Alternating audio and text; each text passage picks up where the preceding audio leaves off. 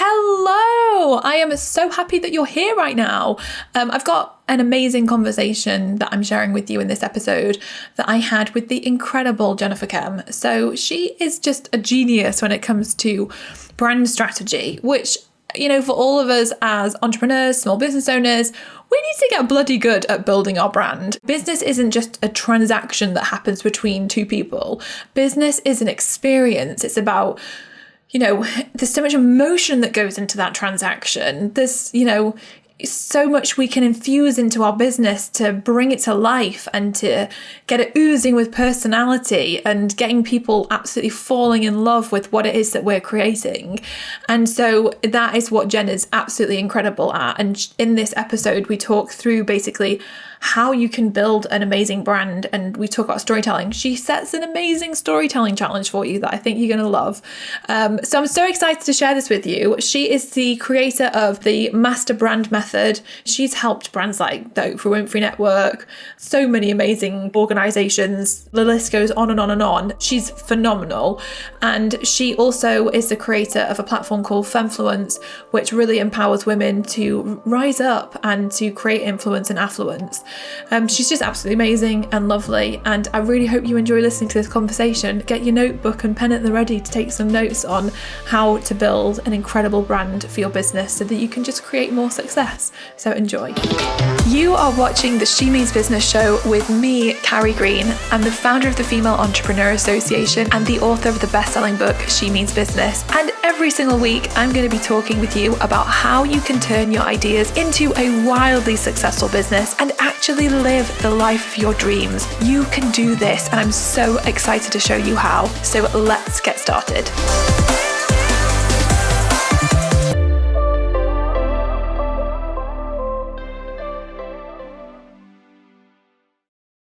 Jen, I'm so excited you're here. Thank you so much for joining me. Thanks for having me, Carrie. I was just saying, I know I literally just told you this, but me and Jen were just chatting, and I was like, damn, I wish I was recording this conversation. We're talking about so many interesting things. I love it. Behind the scenes, it's always the juiciest tidbits, right? Part of me feels like maybe in the future I just need to hit record as soon as I come onto Zoom so that I just record everything, and then I can just like put in that first bit of conversation because it's always fun stuff that we're talking about. Yeah. I am really excited to talk to you all about branding. You are absolutely incredible when it comes to branding. You did a phenomenal masterclass for us all around how to sell through storytelling and how to really kind of build a brand. I just think it's so fascinating. And I think this is something that all of us have to get right, because if you don't work on your brand and what it means, then it's hard to actually sell anything. Yes. And you've got so much experience in this. Can we just firstly talk a little bit about your experience with like branding and marketing and where it all started? Yeah. So I always tell people I'm not a spring chicken. I'm a seasoned chicken. You know, I've been around for a while, and I feel grateful that I actually started my career not as an entrepreneur. I actually didn't want to be an entrepreneur. I wanted to be a top executive, maybe even a CEO of a big brand one day when I was young and right out of college. And so I actually spent the first decade of my career in branding strategy, launching new products in the corporate world, and first in physical, like consumer products like Nestle and Coca-Cola and those types of brands. And then it moved into high tech because I was located in the Silicon Valley in California. And it was during the first internet boom. You know, there's been 3 seasons of booms in Silicon Valley, and I was part of the first. That's why I told you I'm kind of a seasoned chicken. And early in my career, I learned the power of not just advertising, because advertising was the first job I had. I was a junior copywriter at Ogilvy, which is known to be the biggest advertising agency in the world. David Ogilvy is known as the founding father of copywriting and influence, and his stuff is still used today by modern marketers and brand strategists to develop influence. Mm-hmm. And so I feel grateful because that was my first job. And I always tell people I was a junior copywriter, but really what I was I got coffee for the executives.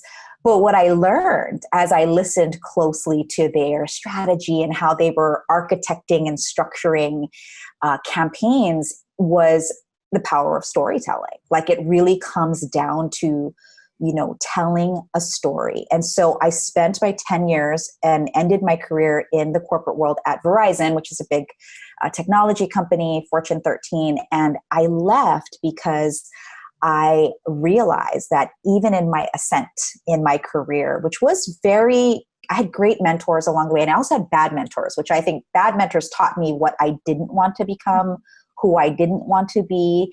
And through learning that, one of my last projects, which was very successful, one of my counterparts got promoted over me when I was told I was going to get this promotion. And I realized in that moment, Carrie, that I had no control over my future. Even though I was on paper successful, I had a parking spot with my name on it, I had a nice corner office in the building, but I felt void of impact and contribution. And I also felt, frankly, it was unjust that what had happened to me. And so I took that moment to decide to own my own destiny and become an entrepreneur. And I always tell people where I am now, where I'm a top brand strategist for online and offline brands, I actually didn't start doing that business until I jumped into retail. My first business was in underwear for women. And because there was a market need for it. And that's part of, like, again, good brands know where their market is, and then they develop trust to then bring in people. And it was a very successful business for 2 years. We hit 8 figures and opened up a number of stores.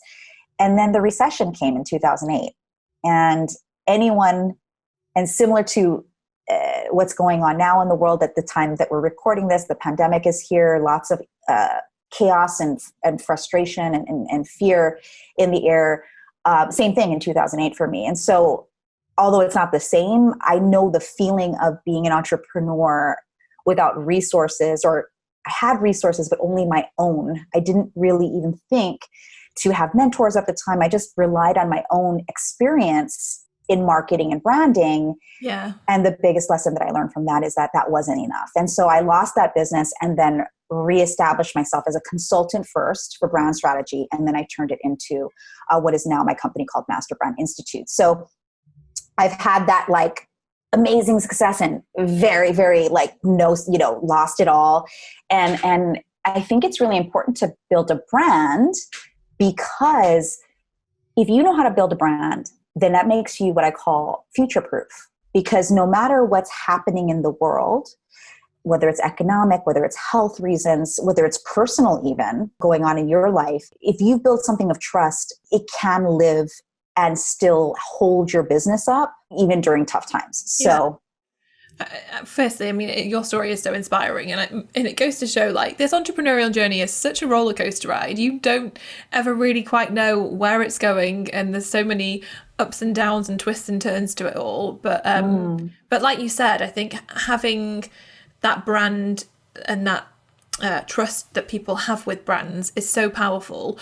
For anyone listening that's like, what does it really mean, especially as a small business owner? What does it mean when you say brand? Mm-hmm. Yeah, I think brand can be such a ambiguous, big concept. Yeah. So can marketing, right? And so I tell people that my definition of marketing, I'll start with that, because to me, marketing is part of what creates your brand. Yeah. So marketing is simply how you help people. That's it. You're letting people know that you can help them. That's what marketing does. Ultimately, your best marketing allows people to understand what you do and allows them to understand how you can help them. And if you do that right, then you start to build a brand that is known to be trusted and credible in the eyes of the consumer or the party that's purchasing from you. And so a brand is, by definition, I call it the ecosystem of your business, because your business is the operations, really, right? It's the machine inside. It's kind of like the factory.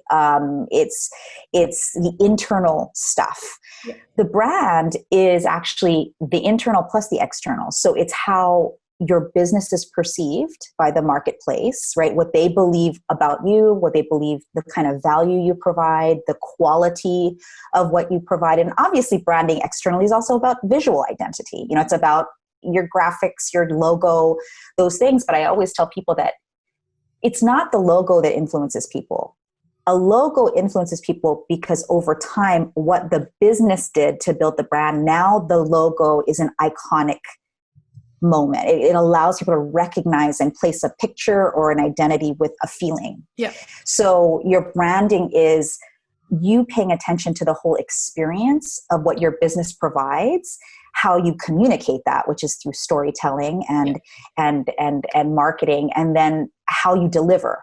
Because if that's a big place where people, small businesses, back to that, where they get hung up on, oh gosh, I got to get good at marketing. I got to get good at sales. I got to get good at experience. I got to get good at, and I'm like, I don't mean to be the bearer of bad news. I think it's exciting to think about how you can create a whole experience for your audience versus, okay, I just have to get good at this, because there's a lot of people that I know that get good at marketing and then their fulfillment, unfortunately, is not as quality, and then it hurts the brand, right? It hurts people coming back and the reputation.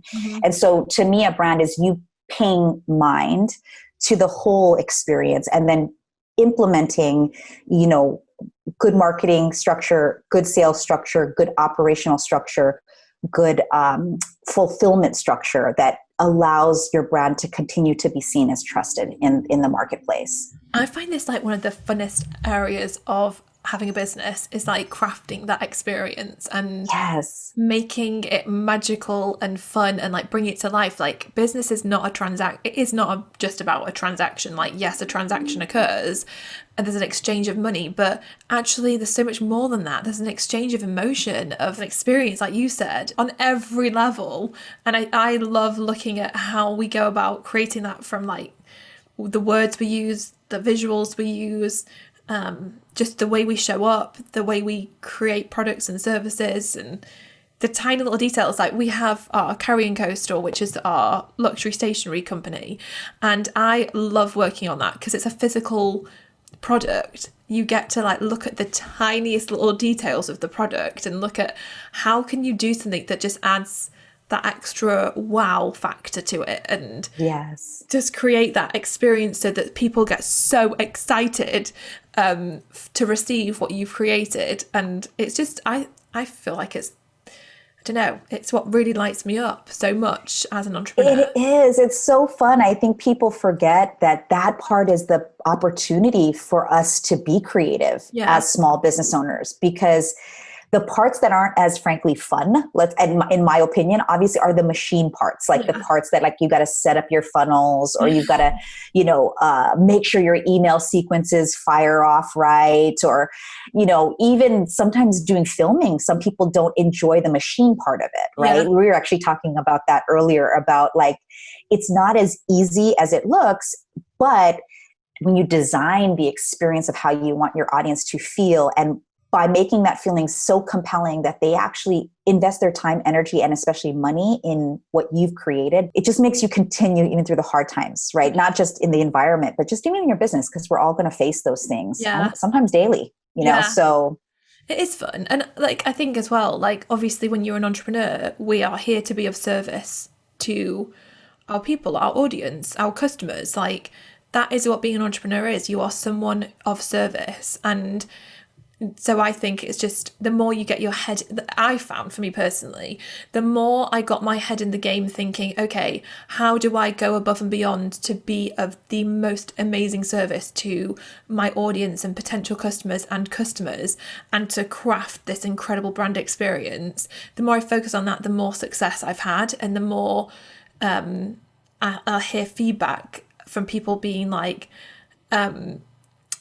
they'll describe FEA in like the exact words that I've got written down for like what the FEA brand means, and I'm like, yes, this is working. They're picking up on this. It's feeding through. It's oozing out of everything, and I don't know. It's really fun when that happens. Oh my gosh, I love that. I love that you do that, because one of the things I talk about is whatever your vision is for your brand. Let's say a year from now or 3 years from now. I love that you're succinctly saying, I want people to be able to say back to me what our brand mission is, or ethos, or how they feel the culture of our brand, expresses itself. Some people would say, I know my brand has made it when someone tattoos it on their body or, puts at least a sticker on their car, which is like my husband's thing. Like, he loves a brand when he puts a sticker on his Jeep because he's a Jeep guy. And I always say, oh, you must love that brand to put another logo or something on your physical property tells a lot about what people care about. So even it's like you wear a t-shirt that says FEA, and show that pride, or buy the stationery from Carrie and Company. These are all, I think evidence has gotten a bad rap. Like, oh, we don't need evidence or validation. But no, that is a manifestation, a true physical manifestation of people acknowledging, hey, your brand's making a difference in my life. Because ultimately, I agree with you. That's what a brand's job is to make a difference in the life of their customers in whatever way that it is, even if it's a beautiful piece of stationery or even transforming your mind, whatever it is.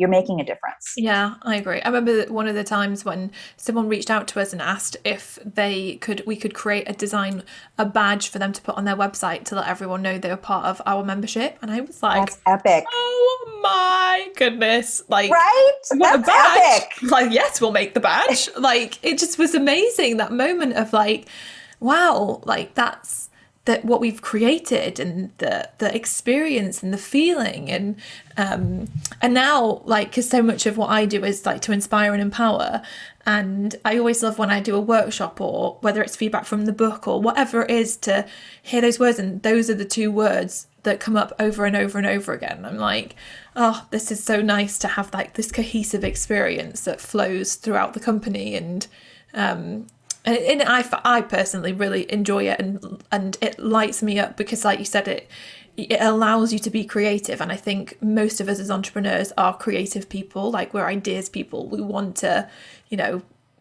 create stuff, basically. Mm-hmm. So for people listening who are like, okay, great, but how do I go about building an amazing brand that my audience and potential customers are going to absolutely fall in love with? Where can they even begin? Yeah, I think that, again, the thing is, it doesn't happen overnight. So I think that's the first, just if people could understand that a brand earns trust, it doesn't create trust, it earns it. And so you earn it through creation, through expression, through activation, by actually sharing how you help people. And that, as I said, marketing is the machine that builds your brand. And so in short order, what I would say is, first, get confident about what you know. Because I think sometimes in small business, especially, that we have this idea and we want to go and bring it to the world, and we want everybody to love it right away. And the truth is, what we know about our market, we can learn about 60% of it by doing good market research and insight into your market. So that's my first piece of advice, is whatever your idea is. A lot of people teach, know your avatar, know the demographics and psychographics of your audience. The truth is that you won't really know for sure until you launch the idea, right? So you have to make some guesses, educated guesses. And the first thing you can do is just Google, hey, what would the actual question be that my people would ask? And that's a standard marketing thing people should do. But I think a lot of people don't realize that's the first thing I think you should do, is kind of go, hey, here's my idea. If I were looking for my idea, whether it's beautiful stationery or a course on, or a membership that helps female entrepreneurs, whatever I would like, if I was doing female entrepreneurs, I would think, I want to be, I'm starting entrepreneur, I'm a woman. Who should I learn from? That's what I would Google in if I were back in the early days. Yeah. And so a lot of times people don't take that basic step, because what's going to pop up, back to branding, is you're going to see the brands that pop up. So it's not just that they have some good mechanics in place, like SEO and all those techie things that honestly I don't know how to do, but I have in place for my business. For you as the creator, the brand builder, it's more like, who is popping up? What do their aesthetics look like? What is their messaging? And not to copy any of it, because that's not just yucky. It's not very smart. I mean, like, you don't want to be someone else. Because actually, I want to get into this when we talk about stories, is that no one has your story. So there are people who do what Carrie does. There are people who do what I do. There are people who do what you do. But the thing that sets you apart is your branding. And what makes your branding really unique is your stories, because your stories, no one else has them. They're yours, right? The founder story is the thing that really sets your place apart. So you want to take a look. How are they expressing what they do? What comes up on that search? So just to answer, like, it's obviously a longer process, but just doing that and being what I call adult about it. Because sometimes people will tell me, I don't want to look at competition. I don't do that. It's going to trigger me. And I'm like, you got to kind of know what's working, because you don't want to be throwing spaghetti at the wall. Because that to me is actually more painful and more triggering when nothing feels like it's landing. Yeah. But if you see what's working and you can just be an adult about it, have a good community around you, like FEA, who can go, it's okay if that person or that brand triggers you, take it as they're doing something right. Yeah. And so what are they doing right? And being able to do that. I think that's the first step, is really doing good market research and insights on and it's fun actually, if you look at it from a lens of, I want to see what people care about versus, data, information, it's kind of like, no, it's just like designing. It's really fun to go, wow, what do people care about? Yeah. Like if you understand what people care about, you'll build a better brand that supports them. I agree. And I think when you go and do that research, it sparks so many ideas, and the idea might be actually nothing. It might not be similar to what someone else is doing, but just seeing something, it just triggers, I don't know, when you get into that creative researching, opening yourself up mind, I don't know, things kind of pour through, I find. So one of the things that I think is really important is that also with the market research, because it can take you down a bunny trail of getting overwhelmed and then too many ideas. So just give yourself a day in the beginning to do it, get as much information as you need, and then just move to communicating what you do, which is the storytelling piece of it. Yeah. So storytelling, how does this fit in? I mean, obviously it fits in, like you said, in the sense of no one has your story. So that's what makes you unique. Jada Salinger said something. I remember she said, there's no such thing as a unique message, only unique messengers. And it just always stuck with me, because I'm like, that is so true. And I think we all have to have the courage to share our stories no matter what our business is, because that is what makes our businesses unique. Because you can have, like, there's so many stationery products out there and stationery companies and planners and whatnot, but it's the personality, it's everything that goes into it that makes it special and different. Yeah, so it's the resonance and the relevance of the messenger's story that connects the heartbeats, and makes it more likely for the audience to choose your brand. And so can I share a really quick way to think about stories that'll help you organize? So after you do market insights, which we talked about, I call it creating what is called a TESS story bank. And it means the experience story sequence. So TESS, the experience story sequence. And it's you simply documenting what I call the authority stories, which is your expertise. So the things you have expertise in, or your approachability stories, which you have experience in. Experience is more like, here's your life experience. You had asked me, Carrie, tell me a little bit about your background. I gave you a mix of both authority and approachability in how I told you what I have in my background. So it was like, I have this years of experience. That's authority, right? Mm-hmm. If I would have told you I grew up in a tiny little town where I was told, to be a teacher instead of being, definitely not an entrepreneur, was not encouraged to be entrepreneurial. That would be an approachability story, because it would then speak to the person who said, oh yeah, I'm the kind of person who was told I couldn't be that when I grew up, or, whatever. And so I like to categorize them in those two buckets. Uh-huh. And then I keep a simple Google sheet. Now I have hundreds and hundreds of lines, because we're creating stories every day, right, Carrie? Yeah. I mean, even from our clients or our customers, those are authority stories. So you even mentioning that a client had said, well, I'd love you to create a badge that I could put on my website to say I'm an FEA member. That's awesome. That's an authority story. That's you without being braggy. So I think because that's the reason people get nervous about bragging about what they've done. And I'm like, just if it's true, it can be shared. But part of it is we're not organized about it. So this using tests is a strategic way to make your life simpler around storytelling. So then I have this story bank. It's just an Excel spreadsheet. It's not fancy. And whenever I'm making an offer, and when I say an offer, not the big offer, it doesn't have to be the big launch offer. It can be just, hey, I'd like you to read my blog post, is an offer. It's an offer. It's an offering to your audience. Please read this.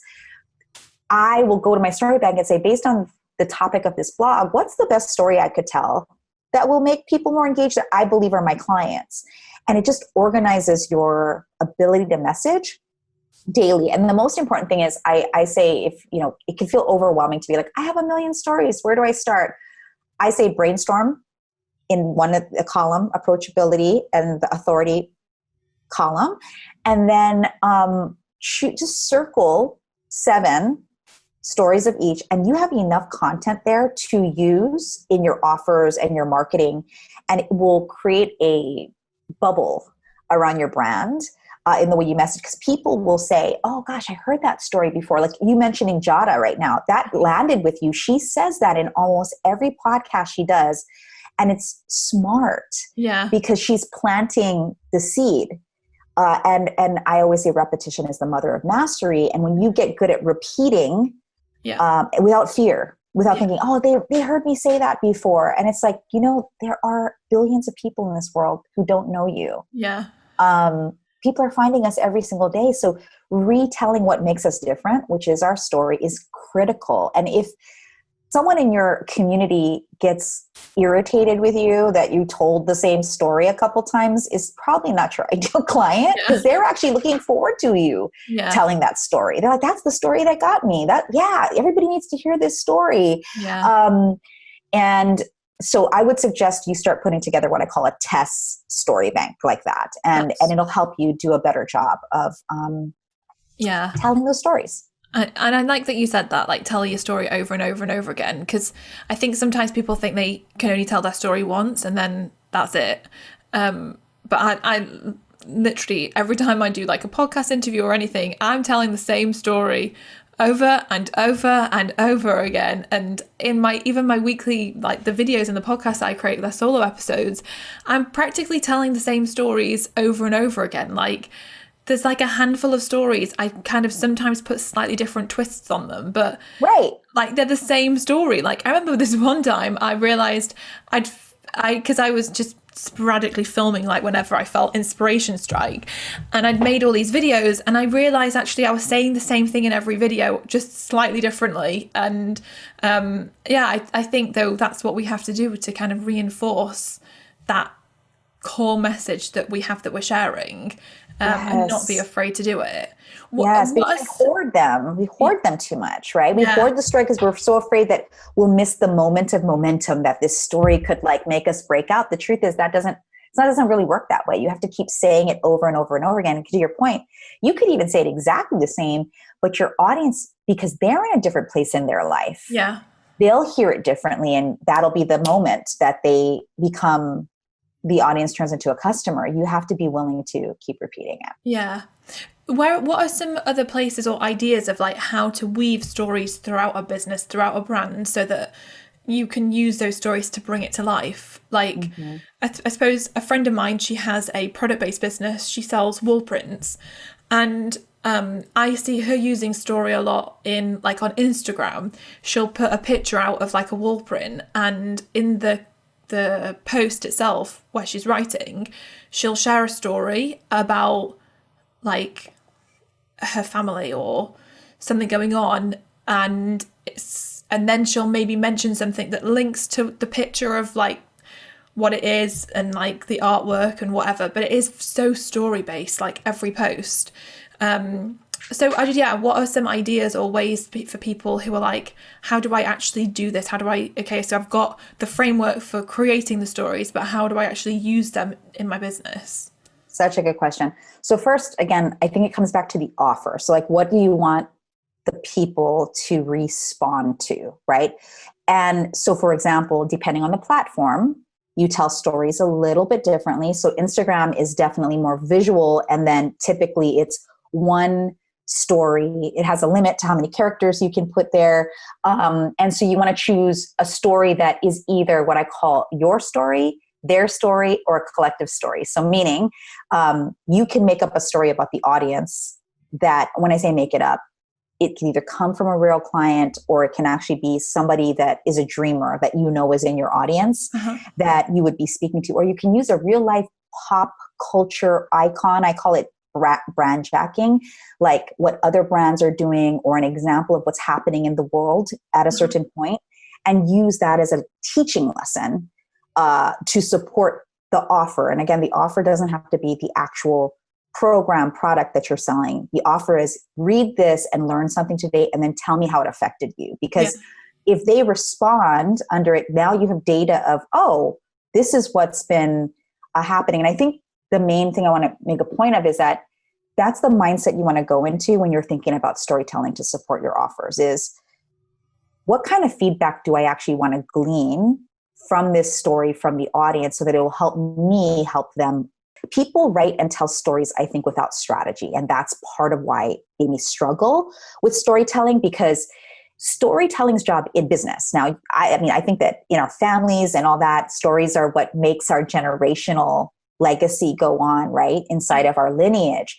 But in business, you want to be very strategic about it. You know, you want to pick, that's why I think doing the story bank is important, because you can ask yourself, how does this story bridge to what I want them to take action on? Like choose those stories with intentionality and deliberation, versus just like, here's a good story, and here's my picture I want to put up, let's say on Instagram or on Facebook, or even in LinkedIn if I want to describe a service, or in my email, whatever. Yeah. Choose the story that bridges the question that you want them to answer. And then you'll do a better job of storytelling. And you'll get better at it as you tell more stories every single day. I would challenge you, if you're listening to this with us today, like give yourself a little 30-day storytelling challenge, where every single day you build your story bank through telling a story, and then you link it to a call to action of some type of an offer. And again, offer meaning it could be something for sale, it could be not for sale, it could be just an idea that you want to get validated, you know, so that you get enough data to make better decisions. Could it be using a story and the call to action be just to see like where the audience are at in terms of like, have they experienced that? Like, what are their feelings around that kind of thing? Yes, absolutely. Just like you want to see if they're getting that guttural feeling from reading the story. You know, maybe, you know, the story of, you know, as I said, when I left the corporate world, whenever I tell that story to an audience of women, frankly, who had day jobs and they might be side hustling right now by trying to start an online business, or they are like me, they left and they created, you know, another type of business, not just online, but actually maybe like a brick and mortar or whatever the case may be. That story, I know going into the audience I'm talking to, I use it because I know, like, let's say I'm speaking on a platform and I know the audience is mainly working women, I'm going to use that story. Yeah. But if I'm talking to a group of mothers, for example, of like, you know, if I get invited to some type of platform to talk about that, I typically will talk about what I did to get through the fear of actually leaving my corporate job with two young girls who were, you know, 9 and 5 at the time, so that I picked the right story for the audience, and then so that I can get the same impact. Yeah. Sometimes that's the other thing, is like, you don't have to tell the whole story, right? It's like that story about how I left my corporate job, but I angled it with my children, is part of the whole story of leaving, but I focus where I feel like the most potency can happen in the feelings of the audience. And then I see if it has the reaction that I'm hoping for. And if it's not, because you're early on, let's say, and you're just telling it, it's because you haven't built an audience yet, but that's how you build the audience, you know, so you have to be patient. And then you'll tell it again, and you'll tell it again, and you'll tell it again. Yeah, I love that. And I love the story challenge you've just given everyone. Yeah. I think everyone should do it and just practice storytelling and gathering stories. And like you said, we're not typically organized about gathering up our stories, and if we get a little bit more organized, it becomes so much easier, and we've got so much more to say and so much more to share that's meaningful and And yeah, I think that's so helpful for people, because it doesn't matter, whether it's a product, service-based business, online business, offline business, it's our stories and what's at the heart and soul of everything that really connects and builds that experience and that brand, I think. Like when I look at all the brands I love and ask myself, why do I love this brand so much? It's not just because of the pretty product, it's because of the feeling that it gives me, and the energy and the experience that oozes out of it. And yeah, those stories are such an important part of it. Every beloved brand started small, just like every business started small. Not every business is a brand, but every brand, it has a business behind it generally. And I tell people, like, for example, Starbucks, because everybody kind of knows Starbucks. Starbucks started the same as a lot of small mom and pop. It started as a mom and pop little shop in Seattle, Washington.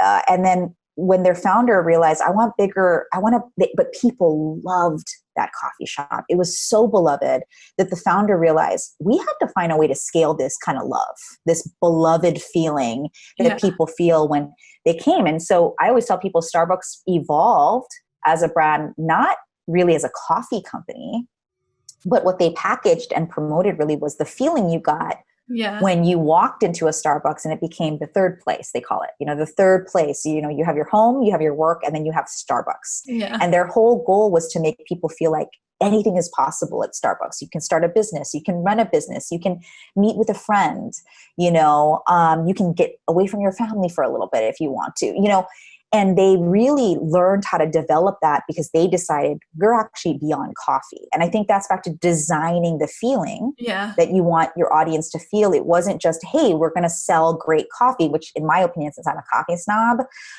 they don't have great coffee, but they have a great place for people to go. They have their own problems operationally, and things have come up that there's controversy, because anytime you put yourself out there, build a brand, there's going to be controversy. And that is what I also think bothers people from putting themselves out there.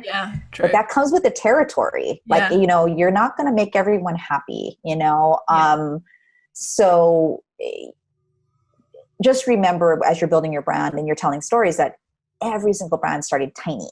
And some brands don't want to become a Starbucks. In fact, many of us small businesses, we want the freedom to not have all that corporate drama, which now they are a big corporation, just like Apple is a big corporation, but it started in a garage. Amazon started in a garage, and the people who founded those companies had they wanted dominance, and that was their goal. Some of us, that's not our goal. Our goal is to have freedom, autonomy, help people, and be a beloved brand in the niche that we're in, right? And it's okay. You don't need to. You should choose your adventure based on what your personal goals are to build your brand, and then your brand will follow suit with that. Yeah, so true. Oh, you just shared so many good things, and I think it's going to be so helpful for everyone. And I just, even the framework for the stories and the challenge is, I think, amazing and awesome. Just really simplifies it. So thank you so much for coming and sharing that. Thanks, I love Carrie. all the stuff you share. I could literally sit and talk to you about brand stuff all day. I know, it's so fun. I know, I love it. Yes. Where's the best place for people to connect with you? Yeah, I'd say you can follow me on Instagram. I love engaging with people over there. So you can follow me, jennifer.kem. And I have the same, if you're an FEA and you're listening to this podcast, or, anybody who's listening, you can go to masterbrand.me/FEA. And I have a brand personality quiz that a lot of people enjoy taking that allows them to figure out their personal communication style around building your brand. That's really fun. I will leave all of that in the show notes. So head over to femaleentrepreneurassociation.com/Jen Kem, JENKEM, just so that I said that clearly. But if you head over there, femaleentrepreneurassociation.com/Jen Kem, then all the show notes will be there and you'll be able to get all that goodness. Jen, thank you so much for coming and sharing your amazing words of wisdom with us on this topic. It's been amazing. And I've loved listening to you talk. Me too. I've always always enjoy our conversations. Have an incredible day. Thank you. I hope you all enjoy this episode. And if you feel like it, definitely go over to iTunes and leave us a review if you are listening over there. And come over to the blog and tell me your biggest takeaway from this episode. And I will see you next week for another episode of the She Means Business Show. Bye, everyone. I hope you loved this week's episode of the She Means Business Show. If you want more help and support to build a wildly successful business, then join hundreds of thousands of women and become an FEA insider. You'll get access to some of our amazing freebies, to our bonuses, to our giveaways, to so much good stuff. Head over to femaleentrepreneurassociation.com/insider to get all of the goodness. And I will see you next week for another episode of the She Means Business Show.